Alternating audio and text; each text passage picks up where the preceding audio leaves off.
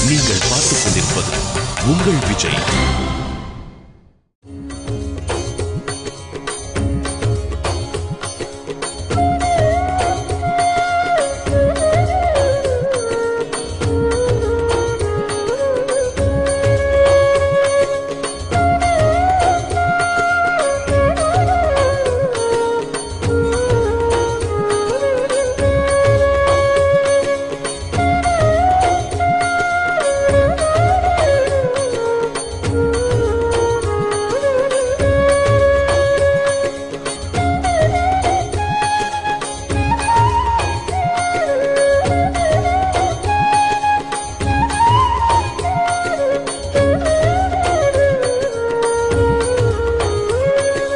யோகத்துக்கு பரமேஸ்வரன் குரு, அதனாலதான் சிவயோகி அப்படின்னு சொல்லுவா. சிவயோகி ஹரிபக்தன்னு சொல்லுவா. அத்தகைய யோகியா இருக்கிறதுனாலே நிவர்த்திநாதனும் அத்தகைய யோகீஸ்வரர் ஆக போறதுனாலே நிவர்த்தி தேவர் சாட்சாத் கைலாசபதியான பரமேஸ்வரனுடைய அவதாரம்.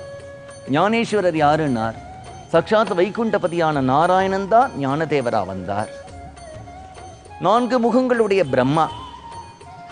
4 வேதங்களும் பிரம்மாவுக்கு 4 முகங்களா இருக்கு.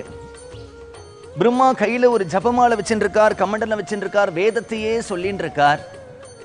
என்ன பண்றான்னா, புருஷர்கள் எப்பொழுதும் வேதம் சொல்றா, பக்கத்துல கலைவாணியோ சரஸ்வதியோ எப்படி இருக்கான்னா வீணை வச்சுருக்கா, புஸ்தகம் வச்சுருக்கா இல்லையா? அதனால வேதம் பிரம்மாவுக்கு, அதுல இருக்கக்கூடிய கலைகள் புஸ்தகம், பாகவதம், ராமாயணம் போன்ற புராணங்கள் எல்லாம் கலைவாணிக்கு, பெண்களுக்கு அப்படின்னு வச்சிருக்கா. அதை காண்பிக்கிறதுக்கு தான் பிரம்மாவுக்கு வேதமும் வீணா பாணி புஸ்தக பாணின்னு சொல்றமே.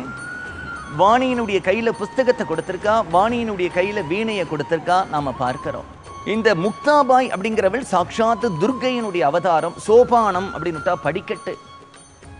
ஒரு மனுஷன் எப்படி மோட்சத்துக்கு போகணும் அப்படிங்கிற படிக்கட்டுகளை அமைச்சு உலகத்துக்கு உபதேசம் பண்ண வந்தவரா இருக்கிறதுனால இந்த சோபான தேவருக்கு இப்படி பேரு. முக்தாபாய் அப்படிங்கிறவள் முக்திங்கிற மோட்சத்தை திறந்து கொடுக்கக்கூடியவள், அதனால அவளுக்கு முக்தாபாய் அப்படின்னு பேரு. இந்த 4 மகான்களை பத்தி மராட்டி சம்பிரதாயத்துல பாடாத மகான்களே கிடையாது. 4 குழந்தைகள் பிறந்தெடுத்தோ. இவர் விட்டலநாதர் குடும்பத்துக்கு வந்தாலும் வந்தாரா? அந்த காலத்துல எல்லாம் கிராமங்கள் எல்லாம் ஒரு கட்டுப்பாடு இருக்கும். கிராமத்துல ஒரு பஞ்சாயத்துல ஒரு கூடி எல்லாரும் ஒரு தீர்ப்பு சொல்லுவா. அந்த தீர்ப்பை அவன் ஏத்துக்கலை அப்படின்னுட்டா அந்த ஊர்ல இருந்து ஒதுக்கி வச்சிடுவா. அவர் வீட்டு கல்யாணத்துக்கு யாரும் போக மாட்டா, யார் வீட்டு கல்யாணத்துக்கு அவரை கூப்பிட மாட்டா, சேர்ந்து சாப்பிட மாட்டா, அந்த ஊர்ல இருக்கக்கூடிய கடைகள்ல அவனுக்கு சாமான் கொடுக்க மாட்டா. இப்படி எல்லாம் பண்ணி அவனை வழிக்கு கொண்டு வருவா. ஊர்லேருந்து ஒதுக்கி வைக்கிறது அப்படின்னு பேரு. நிறைய பேர் சமுதாயத்துக்கு பயந்து, கடவுளுக்கு பயப்படுறாளோ இல்லையோ, சாஸ்திரத்துக்கு பயப்படுறாளோ இல்லையோ, சமுதாயத்துக்கு பயந்து இப்படி வாழ்ந்திருக்கா. இந்த கிராமங்கள்ல எப்படி இருக்கும்? அப்ப ஞானேஸ்வரருடைய அப்பா ஒரு சன்னியாசியா இருந்து கல்யாணம் பண்ணிட்டு 4 குழந்தைகளை பெற்ற பிறகு அந்த சமூகம் அவர்களை எப்படி நடத்திருக்கோம்? யாரும் இவர்களோட பேசுறது இல்லை. பார்த்து பேசினாலும் எப்பொழுதும் பரிகாசம். பத்தியா வெக்கம் இல்லாம சன்னியாசம் வாங்கிட்டு திரும்பி புள்ள குட்டிகளை பெத்துன்னு இருக்காண்டா.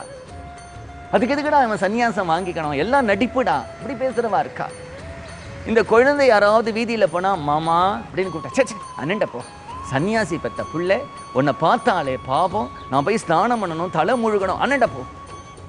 இந்த குழந்தைகளே மதிப்பார் இல்லை, கொஞ்சுவார் இல்லை, அன்பா பேசுவார் இல்லை, அந்த குடும்பத்தோட ஒட்டி உறவாடக்கூடிய இடத்துக்கு யாரும் இல்லை. என்ன பண்ணுவா? இந்த குழந்தைகளுக்கோ வயசாயின் இருக்கு, பூணல் போட்டு வைக்கணும், உபநயனம் பண்ணி வைக்கணும். 2 பேரும் ரொம்ப கவலைப்படுறா. கவலைப்படும்போது ருக்குமணி சொல்றா, நம்ம இப்படி உபநயனம் ஆகும், இன்னைக்கு ஆகும், நாளைக்கு ஆகும், அவள்கிட்ட கேட்கலாம் இவாள்கிட்ட கேட்கலான்னு காலம் தள்ளின்னு இருக்கல, இது ஒன்றும் நடக்கிற கதையா தெரியல எனக்கு. நம்ம வேணா திரியம்பகேஸ்வரர்ல போய், அந்த திரியம்பகேஸ்வரர்ல ஜோதிர்லிங்கம் பகவான் இருக்கான் இல்லையா, அந்த பகவானை நம்ம வேணா ஏதாவது விரதம் இருந்து உபவாசம் இருப்போமா, பகவான்கிட்ட பிரார்த்தனை பண்ணுவோமா? இப்ப கூட ஏதாவது காரியம் நடக்கணும்னா குருவாயூர்ல போய் பஜனம் இருக்கா. 45 நாட்கள் அந்த கோவில்லையே தங்கிண்டு, அங்கேயே சாப்பிட்டுண்டு, அங்கேயே பஜனை பண்ணிண்டு, ஜபம் பண்ணிண்டு, அந்த கோவில்லையே குளிச்சுட்டு இருக்கா இல்லையா, அதுக்கு பஜனம் இருக்கிறதுன்னு பேரு. அது மாதிரி திரியம்பகேஸ்வரில் போய் இருக்கலாமா? நம்ம அந்த திரியம்பகேஸ்வரில் இருந்தோமானால் அந்த பரமேஸ்வரன் ஏதாவது நம்ம கண்ணை திறந்து பார்த்து நம்ம கஷ்டத்துக்கு ஒரு விமோச்சனம் சொல்ல மாட்டானா? திரியம்பகத்தில் போனால் அங்கே ஒரு பர்வதம் இருக்குது, அதுக்கு அஞ்சலி பர்வதம்னு பேர். பக்கத்தில் ஒரு மலை இருக்குது, அந்த மலைக்கு பிரம்மகிரின்னு பேர். அந்த இடத்துக்கு நம்ம போகலாம். திருவண்ணாமலையில் எப்படி கிரி பிரதட்சணம் பண்ணுறது விசேஷமோ அது மாதிரி இந்த திரியம்பக க்ஷேத்திரத்தில் இந்த பிரம்மகிரியை சுற்றி வர்றது விசேஷம். நம்ம மனா நித்தியம் அந்த ஊரில் இருக்கக்கூடிய அந்த தீர்த்தத்தில் ஸ்நானம் பண்ணிட்டு அந்த பிரம்மகிரியை பிரதட்சணம் பண்ணிட்டு அந்த ஊர்லேயே இருக்கலாமே. குஷாவர்த்தம்னு பேர் அந்த தீர்த்தத்துக்கு. அதில் ஸ்நானம் பண்ணுவோம், பிரம்மகிரியை பிரதட்சணம் வருவோம், நமக்கு ஏதாவது ஒரு கதி மோட்சம் விமோச்சனம் பரமேஸ்வரன் காண்பிக்கலானான்னு பார்ப்போம். அதனால 4 குழந்தைகளையும் கூப்பிட்டுண்டா. விட்டோபந்தும் கிளம்பினார், மனைவி ருக்குமணியும் கிளம்பினார். நடந்து திரியம்பக க்ஷேத்திரம் போனா அந்த ஊர்ல ஒரு இடத்துல தங்கினார். வீட்டில் இந்த பிரம்மகிரி அப்படிங்கிற மலையை தினமும் பிரதட்சணம் பண்ணுவா. குஷாவர்த்தம்னு சொல்லக்கூடிய அந்த தீர்த்தத்தில் ஸ்நானம் பண்ணுவா, விரதம் இருப்பா. கோவிலில் போய் பரமேஸ்வரனை பார்த்து, ஏ கைலாசபதே சந்திரசேகரா சந்திரசூடா ரிஷபமாலா ரிஷபாரூடா பஸ்மோதுலித விக்கிரகா, ஏ கபாலமாலாபரணா, உனக்கு எங்க மேல கருணையே இல்லையா? இவர் குரு சொன்னார் தானே குடும்பத்துக்கு வந்தார், உன்னுடைய அனுகிரகமா தானே இந்த 4 குழந்தைகள் பிறந்தது, எங்களுடைய கல்யாணமோ பாண்டுரங்கன் பண்ணி வச்சது, திரும்பி இவர் குடும்பத்தில் சேர்ந்தடோ குருவனுடைய ஆக்னியினால இப்படி நடந்திருக்கும் பொழுது எங்களை இப்படி சமூகம் ஒதுக்கி ஒதுக்கி ஒதுக்கி வச்சதுன்னா நாங்கள் எப்படி வாழ முடியும்? இந்த குழந்தைகளுக்கு காலகாலத்தில் உபநயனம் பண்ண வேண்டாமா? இந்த குழந்தைகள் வேத சாஸ்திரங்கள்லாம் படிக்க வேண்டாமா அப்படின்னு இந்த அப்பா அம்மா அழுதுண்டே இருக்கா. ஒரு நாளைக்கு அந்த பிரம்மகிரிங்கிற மலையை வலம் வரும் பொழுது அதெல்லாம் காட்டு பிரதேசம். இன்றைக்கு கூட திரியம்பகம் போனால் அப்படி தான் இருக்கு. கோரமான புலி ஓடி வருது. ஓடி வந்த உடனே குழந்தைகள்லாம் பயந்தது. உடனே ஞானேஸ்வரரையும் அந்த குழந்தை சோபான தேவரையும் முக்தாபாயும் அவள் அப்பா அம்மா அப்படி பிடிச்சுட்டு இருக்கும் பொழுது நிவர்த்தி தேவரை மட்டும் காணோம். எங்கேயோ கையை விட்டுட்டு ஓடி போனார். ஓடி ஓடி ஓடி ஓடி போன அந்த குழந்தை அஞ்சலி பர்வதம்னு அந்த மலையில் ஒரு குகை இருந்தது. அந்த குகைக்குள்ள ஓடிப்பிட்டு புள்ளிட்டேந்து தப்பிச்சுண்டு அப்பா அம்மா குழந்தைகள் பிரிஞ்சுட்டா. 3 குழந்தைகள் அப்பா அம்மாவோட இருந்தா. இந்த நிவர்த்திநாதர் மட்டும் பிரிஞ்சுட்டார். அந்த மலையில் ஒரு குகை இருந்ததே, அந்த குகையில் போய் பார்த்தா அந்த குகையில் ஒருத்தர் தியானம் பண்ணிட்டு உட்கார்ந்துட்டு இருக்கார், தபஸ் பண்றார். யார் அப்படின்னா அவர் தான் கைனிநாதர். இவர்களுடைய அப்பா பிறக்கிறதுக்கே யார் ஆசீர்வாதம் பண்ணினாரோ அந்த கைனிநாதர் அங்கே உட்கார்ந்துட்டு இருக்கார். அந்த கைனிநாதர் பெரிய யோகீஸ்வரர். நீங்கள் பார்த்துக் கொண்டிருப்பது உங்கள் விஜய். அவருடைய பரம்பரையை, தன்னுடைய யோக பரம்பரையை சொல்லிகிட்டே வரார் அவர். இந்த கைனிநாதர் யாரு அப்படின்னா யோகத்துக்கே அத்தாரிட்டி நம்ம சொல்லணும்னா மத்ஸ்யேந்திரநாதர் அப்படின்னு பேரு. அந்த மத்ஸ்யேந்திரநாதருடைய சிஷ்யர் கோரநாதர், கோரநாதருடைய சிஷ்யர் கைனிநாதர், கைனிநாதருடைய சிஷ்யர் நிவர்த்திநாதர். இன்னைக்கு கோரக்பூர்னு ஒரு ஊர் இருக்கே, அந்த கோரக்பூர்ங்கிற ஊரையே நிர்மாணம் பண்ணினதே இந்த கோரநாதர் தான். அதில் தன்னுடைய தம்பியை கொஞ்ச காலம் ராஜ்ய பரிபாலனம் பண்ண வச்சார். இந்த கோரநாதர் நிறைய கிரந்தங்கள்லாம் எழுதியிருக்கார். அவர் எழுதின சில கிரந்தங்கள் இன்றைக்கு கூட நமக்கு கைக்கு கிடைக்கிறது. யோக சாஸ்திரத்திலே பதஞ்சலி சொன்ன யோக சாஸ்திரத்திலே ரொம்ப கெட்டிக்காரர். பதஞ்சலி சொல்றார் இல்லையா, முதல்ல யமம், நியமம், ஆசனம், பிராணாயாமம், பிரத்யாகாரம், தாரணை, தியானம், சமாதின்னு அஷ்டாங்க யோகம். அஷ்டாங்கம் அப்படின்னா 8 ஃபோல்டு. அதுக்கு அதனுடைய டைமென்ஷன்ஸ். முதல்ல நீ என்ன பண்ணணும்னா யமம், அப்புறம் நியமம், அப்புறம் ஆசனம். மனசுக்கும் சரீரத்துக்கும் சம்பந்தம் இருக்கு. யாராவது ஒருத்தர் ரொம்ப கவலையா இருக்கா அப்படின்னா சுலபமாக கண்டுபிடிச்சிடலாம்.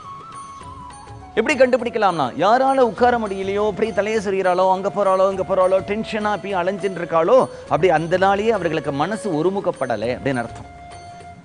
நம்ம வேணா ஆஸ்பத்திரியில் போயிட்டு யாராவது ஒரு ரிலேஷனை ஆப்ரேஷன் வார்டுக்குள்ளே விட்டுருப்பா, வெளியில் அவள் ரிலேஷன்ஸ் இருப்பா, பார்த்தெல்லாம் எப்படி இருப்பா பாருங்கோ.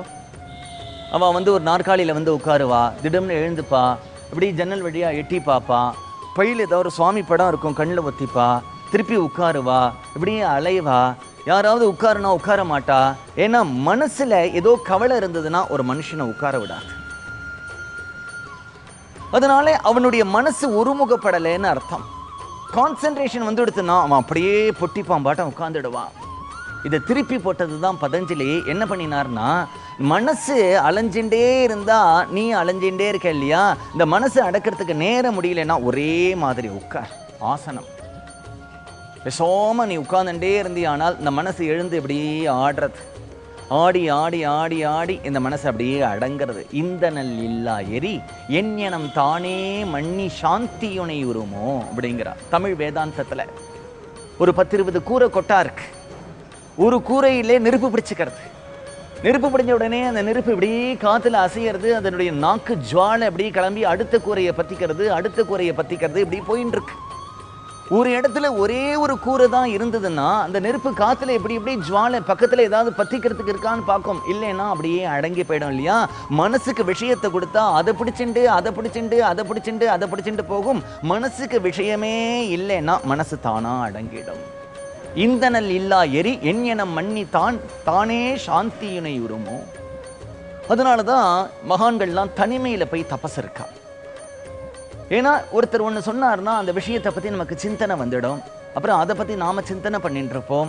மனசுங்கிறது ஒரு வீடியோ ரெக்கார்டர் மாதிரி. நீ எதை கேட்கிறியோ, எதை பார்க்கிறையோ, எதை சாப்பிட்றையோ எல்லாம் அதுல போய் ரெக்கார்டு ஆயிடுறது. எத்தனை ஜென்மானாலும் அது அழியவே அழியாது. தபஸ் ஒன்றுத்தினாலதான் அது அழியும். அது அழிஞ்சாதான் ஞானம். இன்னைக்கும் ஒரு நாளைக்கு அது தூண்டும். ஏன்னா ஒரு 20 வருஷம் முன்னாடி நம்ம காசி யாத்திரை போறோம். அங்க யாரையோ ஒருத்தரை பார்க்கிறோம். 20 வருஷம் கழிச்சு அவரை பார்த்த உடனே அவனை காசியில பார்த்திருக்கனே அப்படின்னு சொல்றோம். ஏன்னா மனசு போட்டோ பிடிச்சி வச்சு எடுத்தோம். அவரை பார்த்த உடனே அந்த ஞாபகத்தை அதை எடுத்து கொடுக்கறது. அப்ப யம நியம ஆசனம், ஆசனம்னு சொன்னார் இல்லையா? இந்த ஆசனத்தினாலலாம் உடம்புக்கு ஆரோக்கியம் உண்டு, மனசுக்கும். நம்ம சுகாசனம், இப்ப சப்ளாங்கோல் போட்டு உட்கார்றோமே, இது சுகாசனம். வீராசனம், பத்மாசனம், பந்த பத்மாசனம், மயூராசனம், குக்கூடாசனம், இதெல்லாம் ஆசனங்கள் இருக்கு. இந்த ஆசனங்கள்ல முக்கியமா என்னன்னா நேர உட்காரணும். நேர ஏன் உட்காரணும்னா முதுகு தண்டு வடத்திலிருந்து என்னுடைய தலை உச்சி வரைக்கும் அது நேரா இருக்கணும். டி சுவாசம் போறது இல்லையா? இந்த சுவாசம் தலையில 1000 இதழ் கொண்ட ஒரு தாமரை இருக்கு, அது வரைக்கும் போகணும். நீங்க யாருக்கு தூக்கம் வருதோ அவ எப்படி இருக்கா பத்தையில?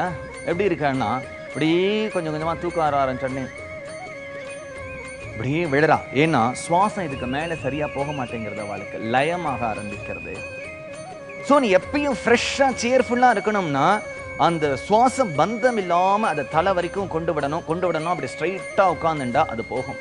நல்லா தியானம் ஒருத்தருக்கு கை கூடி இருக்கு அப்படிங்கிறதுக்கு அடையாளம் என்னன்னா மணிக்கணக்கா அவளால் நிமிர்ந்து உட்கார முடியும், ஒரே ஆசனத்துல உட்கார முடியும். இதெல்லாம் தான் தியானம் கை கூடினத்துக்கு அடையாளம். அப்புறம் தியானத்துல நம்ம உள்ள போகும் பொழுது கோவில் பெரிய மணியை அடிச்சு விட்டப்புறம் ஒரு ரீங்காரம் கேட்குமே, அது மாதிரி ரீங்காரம் வரும். ஹிருதயத்திலிருந்து பிரணவத்வனி ஏற்படும். நெற்றி பொட்டுல ஒரு ஜோதி தெரியும். முதுகு தண்டுவிடத்திலிருந்து சின்னதா ஒரு பூரான் ஊர்ந்து போற மாதிரி ஒரு அனுபவம் ஏற்படும். அப்புறம் தெய்வீக காட்சிகள். இது பெரிய விஷயம். அத்தகைய யோகத்தை பதஞ்சலி சொன்னார் இல்லையா? யமநியம ஆசனம். அந்த கைனிநாதர் அதுல ரொம்ப பெரியவர், யோகியில. அவருடைய குரு பரம்பரையை சொன்னேன். கோரநாதருடைய சிஷ்யர். இந்த குழந்தை தற்செயலாதான் அந்த குகைக்குள்ள வந்தா. அவர் அங்க தபஸ் பண்ணிட்டு இருந்தாரா? அந்த குழந்தையினுடைய தலையில கை வச்சார். இவரே பிறக்கும் பொழுதே நிவர்த்தி தேவரே சாட்சாத் கைலாசபதியினுடைய அவதாரம். அந்த குழந்தைக்கு சொல்லிக் கொடுக்கணும்னு அவசியம் இல்லை. தலையில கையை வச்ச உடனே தானா அவருக்கு அந்த யோக சித்தி ஏற்பட்டுடுது. கொஞ்ச நாள் அங்க இருந்தார். திருப்பி அப்பா அம்மாட்ட வந்துட்டார். அப்பா அம்மாவுக்கு ரொம்ப சந்தோஷம் தாங்களே.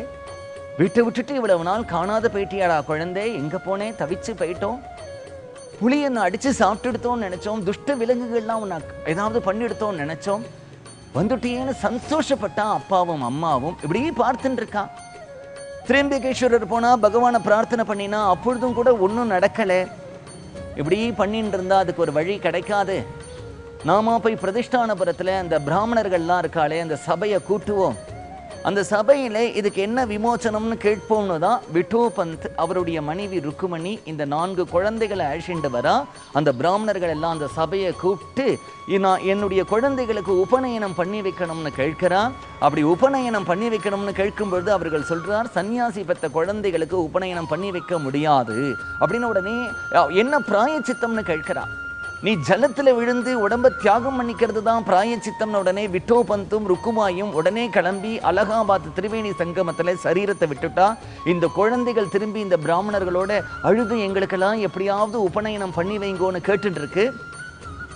அப்ப எதுக்காக உங்களுக்கு உபநயனம்னு கேட்கிறார்? லோகத்துக்காக. லோகத்துக்காக என்னத்துக்கு உபநயனம்? எங்களுக்கு பிரம்மானுபவம் கைகூடி எடுத்தோ லோகத்துல எங்களுக்கு ஒரு சமூகத்துல ஒரு அங்கீகாரம் கிடைக்கணுங்கிறதுக்கு தான் கேட்கிறோம்னு பொழுது உனக்கு பிரம்மானுபூதி கைகூடினது சத்தியமா? அப்ப இந்த எரும மாடு வேதம் சொல்லுமான்னு கேட்கும் பொழுது அந்த எரும மாட வேதம் சொல்ல வைக்கிறார் ஞானேஸ்வரர். ஆச்சரியப்பட்டு போயிட்டா ஆலந்தியில இந்த சம்பவத்தை பார்த்துட்டு. அங்கிருந்து வரார். ஒருத்தன் பார்க்கிறான், இன்றைக்கு எங்கள் வீட்டில் சிராத்தம் பண்ணணும், பித்ருக்கள் எல்லாம் வரித்து ஒரு பிராமணரை உட்காத்தி வச்சு சாதம் போடணும், அதுக்கு எனக்கு வசதி இல்லை அப்படிங்கிறார். ஞானேஸ்வரர் அனுகிரகம் என்றார். அவனுடைய குடும்பத்தில் இருக்கக்கூடிய பித்ருக்களே வந்து சாப்பிட்றத பார்க்கிறா. இப்படி எல்லாத்தையும் அதிசயங்களை பண்ணிட்டே வரார் ஞானேஸ்வரர். இந்த ஞானேஸ்வருடைய சமகாலத்தில் தான் சாங்கதேவன் இருக்கார். சாரு அங்கங்கள், அழகான அங்கமுடையவன் அவன். அவன் யாருன்னா 1400 வருஷங்கள் உயிரோட வாழ்ந்தாராம்.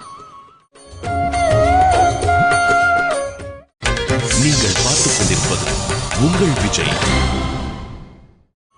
ஒரு வாழ்க்கை முடிய போறது அப்படின்னுட்டா யமன் பிடிக்க வருவானா, டக்குன்னு வேற ஒரு சரீரத்துக்கு மாறி போயிடுவாராம். யமன் ஏமாந்து போவானா, திருப்பி இந்த சரீரத்துக்குள்ள வந்துடுவாராம். இப்படி யமனுக்கே டேக்கா கொடுத்து 1400 வருடங்கள் உயிரோட இருக்கார். அப்பேற்பட்டவர் இந்த சாருங்க தேவர். அவர் எப்படி அந்த சித்தி அடைஞ்சார்னா அந்த கதையெல்லாம் சொல்றா. தன்னுடைய கண்ணையே குருடாக்கிண்டு ஏகாந்தத்தில் உட்கார்ந்துட்டு பரமேஸ்வரனை உபாசனை பண்ணி சாட்சாத்து கைலாசபதியான பரமேஸ்வரன் வரும்பொழுது உனக்கு என்ன வேணும்னு கேட்கும் பொழுது எனக்கு அஷ்டமா சித்திகளும் கை கூடணும் அப்படின்னு கேட்டுண்டவர். அவர் மருத்கணங்கள்ல ஒருத்தருடைய அம்சம் அவர். ஏன்னா கோவிலில் போய் சில பேர் பகவான்கிட்ட வேலை கிடைக்கணும்னு கேட்கிறா, கல்யாணம் ஆகணும்னு கேட்கிறா, குழந்தை பிறக்கணும்னு கேட்கிறா, ஆரோக்கியம் வேணும்னு கேட்கிறா, ஒருத்தன் தெய்வ தரிசனம் வேணும்னு கேட்கிறான், ஒருத்தன் ஞானம் வேணும்னு கேட்கிறான், ஒருத்தன் வாக்கு சித்தி ஏற்படணும்னு கேட்கிறான். இப்படி கேட்கிறவா இருக்கும் பொழுது இப்படி கேட்கிறவாளும் இருக்கா. எனக்கு அஷ்டமா சித்திகள் ஏற்படணும். சித்திங்கிறது மோட்சத்துக்கு தடை. ராமகிருஷ்ண பரமசர்ட்ட ஒருத்தன் வந்து கேட்கிறான், சுவாமி நான் ஜப தியானங்கள் பண்றதுனால தானே சித்தி ஏற்படுறது, யோகமோ ஜபமோ தியானமோ பண்ணாதவனுக்கு சித்திகள் ஏற்பட போறது இல்லையே, அப்போ நான் பகவத் வாழ்க்கையில போகும்பொழுது சித்தி ஏற்படும் பொழுது அந்த சித்தி எப்படி மோட்சத்துக்கு தடையா இருக்கும் அப்படின்னு கேட்கிறான். இப்போ ராமகிருஷ்ணர் அழகா சொல்றார், நீ வந்து தினமும் காத்தால சாப்பிட்ற தீர்த்தங்கள்லாம் சாப்பிட்றதே அதனால தான் உனக்கு மலமும் மூத்திரமும் விசர்ஜனம் ஆறுது.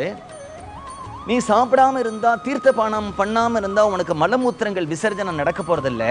நீ சாப்பிட்றதே மலமூத்திர விசர்ஜனத்துக்காகன்னு சொல்ல முடியுமா அப்படின்னு கேட்கிறார். சாப்பிட்றது ஆரோக்கியத்துக்காக, மலமூத்திரங்கள்லாம் அதனுடைய கழிவு. அது மாதிரி பகவானை நோக்கிட்டு நாம போகிறது ஞானத்தை அடைஞ்சு திருப்பி ஜனன மரணம் இல்லாம மோட்சத்தை அடையறதுக்காக, மனோநாசம்னு சொல்லக்கூடிய ஞானத்தை அடையறதுக்காகப்பா இந்த சித்திகள்லாம் அதுக்கு நடுவில் வரக்கூடிய கழிவு அப்படிங்கிறார். ரமணர் இந்த சித்தியை பத்தி அழகா ஒன்று சொல்றார். வீதிகள்லாம் வித்தை காண்பிக்கிறவன் வருவான், ஒரு சின்ன மாவளை வைப்பான், ஒரு கூடையை கவிழ்ப்பான், கூடையை கவிழ்த்துட்டு அதில் ஒரு மைய தடவுவான், எல்லாரையும் கைத்தட்ட சொல்லுவான். கொஞ்ச நாள் கழிச்சு பார்த்தா அந்த கூடையிலிருந்து திடீர்னு ஒரு மாமரம் முளைச்சிருக்கும், அதில் ஒரு மாங்காய் இருக்கும், பழுத்திருக்கும். எல்லாரும் ஆன்னு கைத்தட்டுவா, பிரமிப்பா. ஆனால் அந்த வித்தை பண்ணினவனும் சும்மா நடிப்பான் பிரமிக்கிற மாதிரி. ஆனால் அவனுக்கு அந்த மாவளை எப்படி மாங்காய் ஆச்சுங்கிற கதை தெரியும் அவனுக்கு. அவனும் தன்னோட தெரியாத மாதிரி எல்லாருக்கும் ஒரு இன்ட்ரெஸ்ட் வரத்துக்காக எப்படி வந்தது பத்தியா அப்படின்னு அவனும் நடிப்பான். அதுல ரமணர் அழகா சொல்றார், வீதியிலே இது மாதிரி மைவித்தை காண்பிக்கிறவன் பிறரை ஏமாத்துறானே தவிர தான் ஏமாறல. ஆனா சித்திகளை காண்பிக்கிறவனோ பிறரை ஏமாத்துறது மட்டும் இல்லாம தானும் ஏமாறுறான் அப்படின்னு சொல்றார். மைவித்தை காண்பிக்கிறவனோ அவன் ஏமாறுறதில்லே பொறுத்தியாரை ஏமாத்துறான். சித்திகளை காண்பிக்கிறவனோ பிறரை ஏமாற்றுறது மட்டும் இல்லாம தன்னையும் ஏமாத்துறான். அதனால சித்திகள்ல விவேகமுடையவன் வழங்க மாட்டான். இப்போ நானே ஒரு கையில் ஒரு பொருளை வரவழைச்ச உடனே இவன் கேள்வி கேட்பான், இப்போ பொருளை வரவழைச்சதுனால என்ன, இப்போ என்ன மாற போகிறது? இது ஒரு மேஜிக் மாதிரினா இருக்கு. சரி, ஒருத்தருக்கு 1000 சித்திகள் கைகூடி இருக்கு. அவரை பற்றி கோர்ட்டில் ஒரு வழக்கு வரும்பொழுது நிரூபணம் ஆகணும். நிரூபணம் நான் சொல்றார், நான் வந்து கையில் ஒரு பொருளை வரவழைப்பேன், இப்போ அதனால இவரை நிரபராதின்னு சொல்ல முடியுமா? அதை சாட்சியா கோர்ட்டு ஏத்துக்குமா? அதனால சித்திகள் அப்படிங்கிறது மோட்சத்துக்கு போகிறது சர்வதா தடை. ஆனா இந்த சாங்கதேவனும் அவனுக்கு இல்லாத சித்திகளே கிடையாது. என்ன பண்ணுவான்னா, ஒரு பார்வை தெரியாதவன் வந்தா தொடுவான், பார்வை தெரிஞ்சிடும். காது கேட்க வந்தா தட்டுவான், காது கேட்கும். ஒரு ஏழையே பணக்காரன் ஆக்கிடுவான். ஒருத்தரை பைத்தியம் பிடிக்க அடிப்பான், ஒருத்தனை குபேரன் ஆக்குவான். இப்படி பண்ணிட்டே இருக்கான். அப்படி சக்கரம் போட்டுட்டு அந்த சக்கரத்தில் அவன் பத்மாசனம் பட்டுண்டு உட்கார்ந்துட்டான். அந்த சக்கரங்களையும் பேதனம் பண்ணிட்டு அவனுடைய சுஷும்னு அப்படி கிளம்பும். பார்க்கறதுக்கு அவ்வளவு அழகு, மன்மத நாட்டா இருப்பான். பார்த்தா அவனுக்கு கோட்டீஸ்வரர்கள்லாம் பெரிய சிஷ்யர்கள் ஆயிட்டா, பெரிய மடம், ஒரு ஊரே மடம் மாதிரி இருக்கே. அவனுக்கு யார் சிஷ்யர்னா எல்லாம் சாதாரண ஆள் இல்லை, எல்லாம் பெரிய பெரிய ஆள், பெரிய பெரிய பதவியில் இருக்கிறவாள்லாம் சிஷ்யர்கள். ஏன்னா அவனால அவர்களுக்கு பிரயோஜனம் இருக்கு. எல்லாரும் அவனை சுத்தின்ண்டே இருக்கா, அவனுக்கு என்ன வசதி வேணுமோ பண்ணித்தரா.